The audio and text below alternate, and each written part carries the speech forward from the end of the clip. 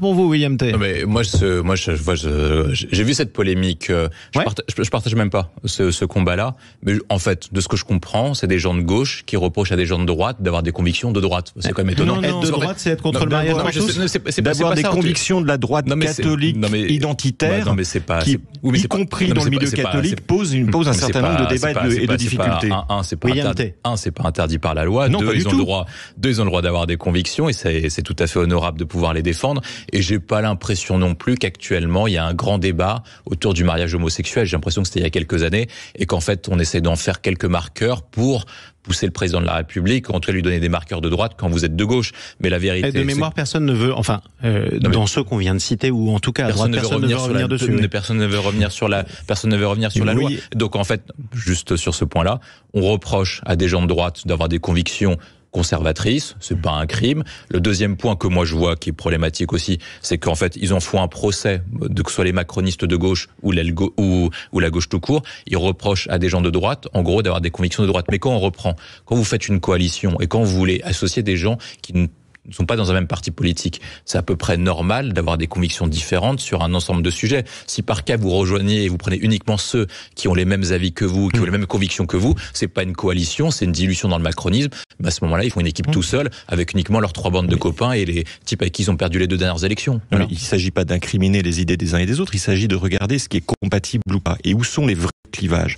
Moi, je veux que ce soit clair et assumé. Moi, ça me fait quand même rire. Voilà, on va dire franchement. Rigolez, allez-y. Parce que moi, je regarde à peu près toutes les rumeurs qui sortent, à peu près toutes les réactions de chacun des camps pour voir à peu près quelles sont les tendances. Donc, si je résume, on reproche à Bruno Retailleau d'être ferme sur les questions migratoires. Donc, en gros, on le reproche d'avoir les mêmes convictions que 66% des Français qui veulent plus de fermeté sur les questions migratoires. On reproche également que certains ministres LR aient des convictions sur les sujets sociétaux et sont dits conservateurs. Moi, j'ai pas l'impression, après peut-être que j'étais enfermé dans une bulle pendant les élections législatives, qu'on ait fait campagne sur la constitution de l'IVG, sur la fin de vie. J'ai l'impression qu'on a fait campagne sur l'inflation, sur le pouvoir d'achat, sur les flux migratoires, sur la sécurité et sur la présence ou non du Rassemblement national à Matignon et au gouvernement. C'était à peu près ça les sujets, mais après, peut-être que j'ai vécu dans un monde parallèle. Ensuite, après, sur le demande aux Républicains de pas vouloir augmenter les impôts. Mais il y a 66% des gens qui veulent pas d'augmentation d'impôts, qui considèrent qu'avec 48% de taux de prélèvement obligatoire, on est les champions de l'OCDE et peut-être qu'au bout d'un moment, il faut changer de logiciel que celui qu'on a mis en place depuis longtemps, qui consiste en une augmentation continue des dépenses publiques,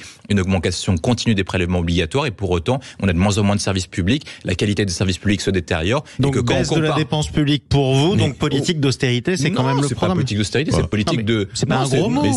Non, c'est réforme structurelle pour faire en sorte que la France ressemble davantage à l'Allemagne avec une politique compétitive dans un monde ouvert et compétitif que dans un monde... Faire en sorte que la France ressemble davantage à l'Allemagne. Vous êtes sûr que c'est un slogan très populaire? Je sais pas si c'est un slogan très populaire, mais il s'agit de décliner, je pense, une vision, parce que si par cas vous restez sur la même logique qu'on a connue depuis longtemps, on a fait exploser la dette publique, on a fait exploser les déficits publics et pour autant, il y a 10 millions de pauvres alors qu'on a 33% de dépenses sociales. Attendez, Nicolas.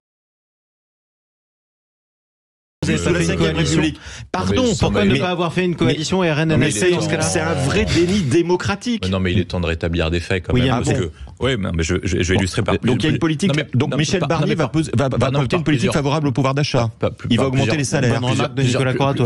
Plusieurs exemples. On va illustrer par des chiffres, c'est toujours utile des chiffres.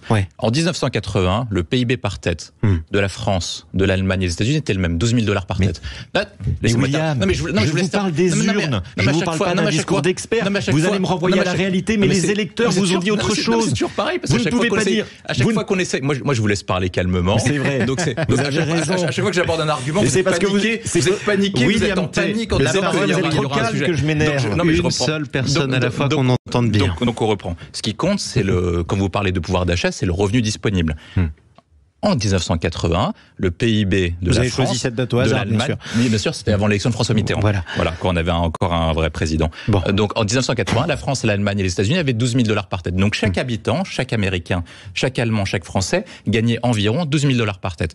En 2024, un Américain, c'est $77,000, un Allemand, c'est 56 000, et un Français, c'est 44 000. C'est-à-dire qu'un Français a été déclassé depuis l'élection de François Mitterrand par rapport à un Allemand et par rapport à un Américain. Et si on regarde la politique qui est menée en 1980 par rapport à l'Allemagne et les États-Unis, depuis 1980, l'Allemagne mène une politique qu'on appelle ordolibérale et de politique industrielle, notamment sur l'impulsion de Gerhard Schröder, un chancelier de gauche. Et les États-Unis mènent ce qu'on appelle le grand crime contre l'humanité, ce que vous dites, la politique néolibérale. Ils sont devenus beaucoup plus riches que nous, et le PIB des États-Unis États-Unis est devenu 2 fois supérieur à celui de l'Union européenne en 10 ans. Une politique libérale. On a mené une politique socialiste et keynésienne et on s'est appauvri. Pardon, mais vous avez choisi quand même. Et je rajoute quand même un point, parce qu'on parle tout le temps de la politique, il faut augmenter les dépenses. Quand De Gaulle laisse le pouvoir, on a 10% de dépenses sociales. Aujourd'hui, on a 33,5. On a 10 millions de pauvres et il y a 7 millions de Français qui n'ont même pas mangé 2 fois par jour. Dire qu'il y a des problèmes en France, on est d'accord, mais vous choisissez quand même les exemples qui vous arrangent. Je ne sais pas si la droite a oublié le handicap dans la mesure où quand on regarde la composition du gouvernement, en fait, j'ai l'impression qu'on était plus centré sur le casting des personnes que sur le casting de quoi faire. Et comme en fait, on a essayé de faire un nom ou de faire coller et de trouver le plus petit dénominateur commun entre les ambitions de chacun et des différents groupes parlementaires et du contrôle de l'Élysée qui veut que le Premier ministre reste certes en conduite, mais en conduite accompagnée, ça, je pense qu'ils ont eu des trous dans la raquette, c'est ce qui explique cette situation. Je pense que vraisemblablement, quand on prend le nom de Paul Christophe, c'était pas le premier nom qui est sorti, c'était plutôt Stéphanie Rist, si je me souviens bien. Oui. Et j'ai l'impression qu'en fait, comme il y a eu un problème en disant que... Il y a eu un jeu de chaises musicales permanent. Il y a eu un problème parce que je crois que si par qu'elle montait au gouvernement, son suppléant voulait pas siéger, un truc comme ça, il voulait pas perdre cette circonscription, ou en tout cas il voulait pas repartir en élection législative partielle. Je pense que ça s'est perdu sur une histoire à peu près comme ça. Certes, c'est pas terrible pour l'ensemble des Français, mais il faut expliquer que en fait la plupart des groupes parlementaires négocient depuis 2 semaines et que je pense qu'ils ont oublié malheureusement cette situation. Désolé Anthony, c'est tombé sur vous apparemment. Voilà. Nicolas Corato. Moi je pense qu'il y a, vous avez raison. On commence par vous, IMT. Les prochaines élections, c'est... Bien près du micro. Ça dépend si vous parlez de la prochaine élection présidentielle prévue en 2027. On n'est même pas sûr qu'elle soit prévue finalement en 2027. En tout cas, je suis pas sûr que tout le monde parie dessus. Le sujet sur le gouvernement Barnier, c'est, encore une fois, c'est ce que j'avais dit, c'était que soit il avait le choix de faire un gouvernement d'union nationale, soit il allait très à droite pour obtenir et obliger le Rassemblement national à ne pas voter de motion de censure. À partir du moment où Marine Le Pen dit qu'elle voterait une motion de censure quasiment de manière automatique dans le but de provoquer des élections législatives anticipées, on sait déjà qu'elle veut faire ça. Donc maintenant, l'objectif du gouvernement Barnier, je pense, si par cas il ne se trompe pas, c'est de pas céder aux injonctions de la gauche, de céder à tous les totems en disant faut pas que vous soyez de droite, faut pas que vous réduisez les dépenses publiques, faut pas que vous traitez les sujets migratoires, faut pas que vous traitez les sujets de sécurité, sinon il est mort. Voilà, sinon, très clairement, je pense qu'il doit parler aux Français et non pas aux partis politiques, pas aux commentateurs. Il doit répondre aux préoccupations du quotidien, aux problématiques sur la sécurité, le pouvoir d'achat et les combats de l'inflation. Et je pense que ça lui permettra de se tenir le plus longtemps possible.